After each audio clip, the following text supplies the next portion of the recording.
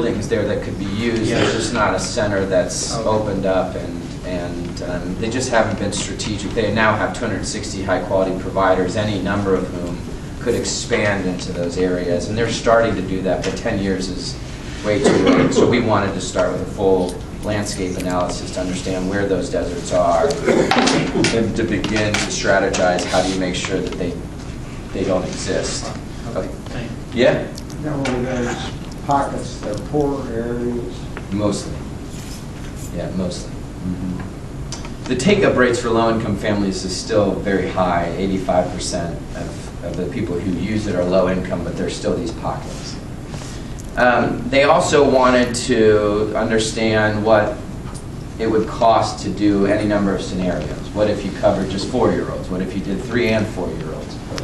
What if you did what's the right sliding scale, right? Because it's subsidized universal, not full universal. Not everyone will get a full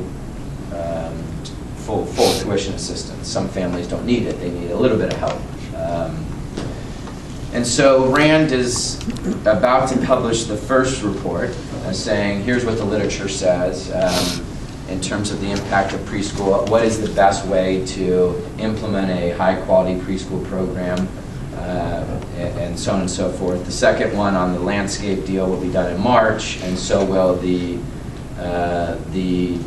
costing out of several scenarios. They'll run probably 4 or 5 scenarios. The other thing that the group wanted was to get a poll on the various funding options. How do you pay for this, and what do voters think? Because there are a lot of leaders who have preferences on what it would be, but we wanted to give them a sense as to what voters would support. And so we, working with Cincinnati Public Schools, looked at a variety of different scenarios. One was a 0.15% increase in the earnings tax, which polled the best at 65% of voters. And we chose to be very conservative with the polling. Sometimes when people get polled, they're given 7 options. And a couple of those are you leaning one way or the other? And those leaners are very unreliable. So we took out the leaners. So we just did 4 boxes. Definitely yes, probably no, definitely no. And so the 65% represents the top 2 boxes, no leaners. We asked, and at 0.15, that would generate $25 million a year, which would not only allow you to do universal preschool for 3 and 4-year-olds, but you would be able to provide really significant tuition assistance for both low and middle class families and much higher teacher pay. Much higher teacher pay. At 0.1%, which would produce about $16 or $17 million, 62% of voters said they would support that. A sales tax countywide garnered 51%. A property tax garnered 45%. A combined levy with the school district garnered 39%. A district levy with just the expansion of CPS preschools got about 32%. And then the district wanted us to look at different millages. Like what is the breaking point? Because property taxes are very high in the city and people are very worried about that.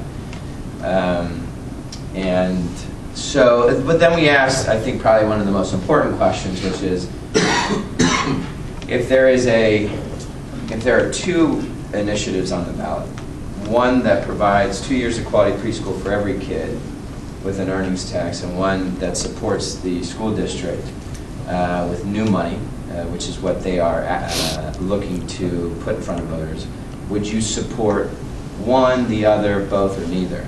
And the plurality of voters said they would support both. 34% said they support both. Only 26% said they would support neither, and those are the 26% that said they wouldn't support anything. I mean, if you look at the cross times. So, and then if you combine that 34% with the numbers of people who would support the other 2, both are above 50%.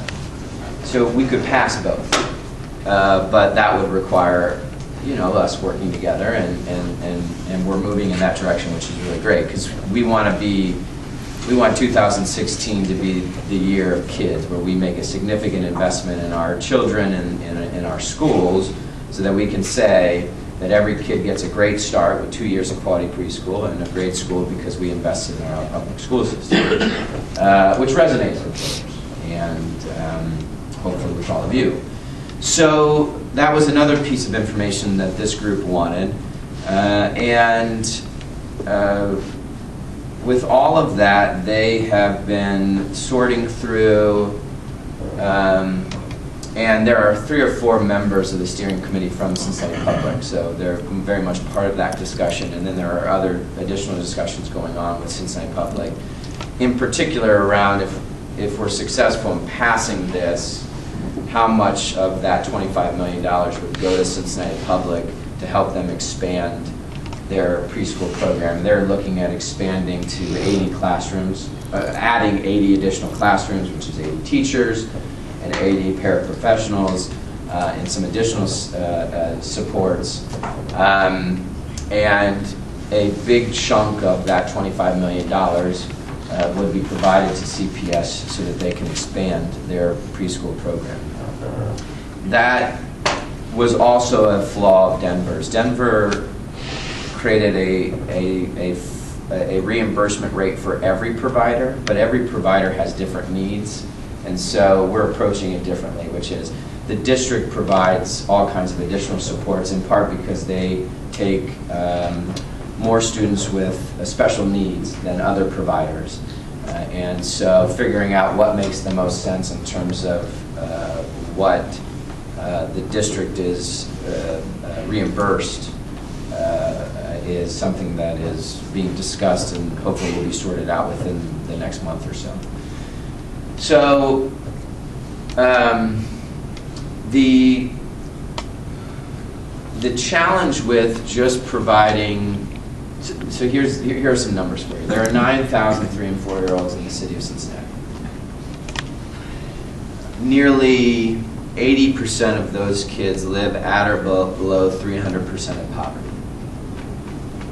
I mean, we have one of the highest child poverty rates in the country. Head Start, which is a federally funded program, covers 35% of eligible kids. That only covers 1,700 kids out of the 4,600 who are eligible for Head Start. I don't want to interrupt this one with it, but can you explain that your Head Start still exists, and what were the results, and what is it? You're trying to do more than Head Start. Yeah, so totally. So Head Start is a grant that agencies throughout the country receive to provide preschool for kids, not always in a high quality setting, although the Obama administration pursued what they call recompetition. Everyone had to recompete for their Head Start money in order to move all of their centers to quality, because quality makes a big difference in terms of what happens ultimately. And right now, we covered about 1,700 kids through Head Start. 600 of them are at CPS. So that money gets distributed to other agencies. So the Community Action Agency runs some of those programs. Cincinnati Public does. Cincinnati Union Bethel does. And I believe the YMCA, UC, are the other. They're called delegates. The challenge with Head Start is that it's only half day, so it doesn't work for most working families, and it's not enough money to cover all the kids. So this money would come on top of that. So it would allow the Head Start providers to provide full day and to cover all eligible kids. The second source of income is from the state, and it's the child care voucher. And for those low-income families who are either working or in school, they're eligible for a state voucher. That covers about 2,200 kids. The challenge with that is it's a very unreliable source of funding for providers and for the families, because if you get a pay raise, for example, and you're no longer eligible, you lose your benefit. If you lose your job, you lose your benefit and your child gets pulled out of preschool. So this would come on top of that. It also has a third challenge to it, which is that it's only reimbursed at a level that would allow a center to afford maintaining a 3-star rated center. There are 5 stars that you can get. So it doesn't really allow you to afford getting to your 4th or 5th star.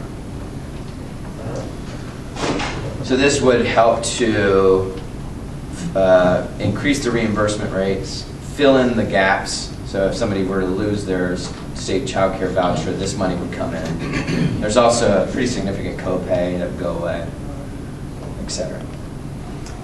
So the big decisions that this group, in conversations with community councils and through town hall meetings and with providers, is to vet what the right funding mechanism is, what the right governance structure would be, how do you ensure we're investing in quality, and there are a few others, but those are the 3 big ones.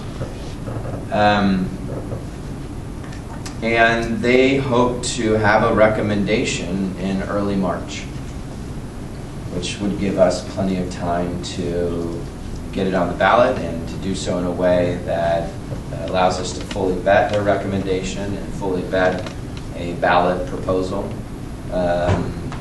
And, you know, because it's a presidential year, turnout will be very high, or certainly much higher than it is in other elections. And this could be our chance to make an enormous investment in our children and families, particularly those who are struggling. And you know, we have a lot of low-income families. We have one of the highest child poverty rates, as I said. We also have